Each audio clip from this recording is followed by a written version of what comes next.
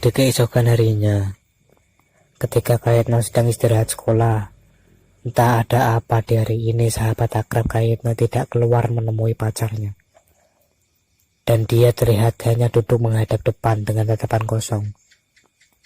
Lalu Kayetno menghampirinya dan bertanya, "Ada masalah apa sih, coy? Jangan ngelamun, ntar kamu kerasukan roh kecoa gimana?" Sahabat Kayetno menoleh ke arah Kayetno dan berbicara, Aku dari waktu SMP selalu ikut ayahku ke restoran yang ia dirikan. Dan aku diajarkan kerja di sana. Dan aku kerja sebagai pelayan restoran. Dan diberi upah yang ya lumayan lah buat jajan atau aku tabung. Meskipun itu hanya paruh waktu. Itu terjadi hingga aku awal masuk sekolah sini. Di hari kedua MPLS, aku melihat ada cewek cantik dan terlihat anggun. Lalu aku dekati dia dan ku tembak. Dan dia menerima aku. Aku cinta banget dengan dia, bro. Bahkan upah kerjaku, aku mengambil 20%. Dan sisanya aku berikan untuk dia. Bahkan tabunganku pernah aku pecah untuk membelikan dia barang yang dia mau. Sekarang dia putus denganku dan memilih orang lain. Setelah mendengar itu, Kayetno pun membalas, "Ya, begitulah wanita. Meski rata-rata tubuh wanita lebih lemah dari laki-laki, mereka diberi daya tarik yang hebat, sehingga dapat membuat para laki-laki yang bucin kepadanya jadi tidak bisa berpikir secara jernih. Bahkan, kemarin saya melihat ada berita tentang percintaan, yaitu ada seorang pria yang bernama Pang Mao dari Cina. Ia bekerja sebagai penjoki dan dikenal sebagai Fat Cat.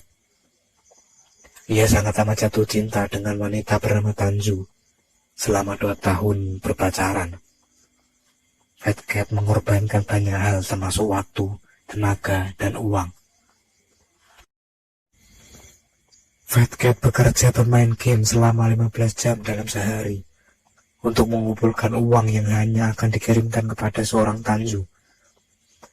Padahal selama berpacaran, Fat Cat tidak pernah menerima rasa cinta dari Tanju, karena Tanju tidak pernah memberikan perasaan itu. Dan bahkan mereka hanya bertemu 2 kali selama berpacaran. Karena ketika Fat Cat mengajak ketemuan, Tanju selalu menolak.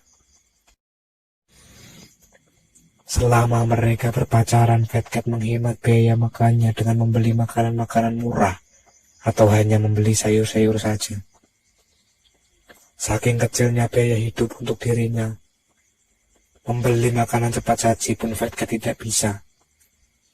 Fat Cat membatasi biaya makannya menjadi 10 yuan atau sekitar 22.000 rupiah. Dan uang yang ia hasilkan untuk ditransfer kepada Tanju, yang sekarang totalnya adalah 70 dolar Amerika atau sekitar 11 miliar rupiah. Hingga pada suatu hari, Tanju mengatakan bahwa ia tidak mencintai Fat Cat lagi dan menginginkan untuk putus. Setelah Fat Cat mendengarkan hal itu, Fat Cat kehilangan harapan untuk hidup karena 2 tahun masa perjuangannya ternyata berujung sia-sia. Fat Cat memilih untuk loncat dari jembatan dari Chongqing ke dalam sungai. Dan akhirnya dia meninggalkan dunia ini. Dari kisah tadi, jika memilih pasangan pacar, itu harus hati-hati. Dan jika sudah punya, jangan sampai dibutakan oleh cinta. Meskipun itu hal yang susah, maka dari itu lebih baik untuk tidak pacaran. Kan jikalau ingin menikah, bisa kenalan saja dan mengutarakan tujuan disertai dengan komitmen. Setelah mendengarkan cerita Kayetno, akhirnya sahabat Kayetno tidak bersedih lagi dan memutuskan untuk mabar game bersama Kayetno.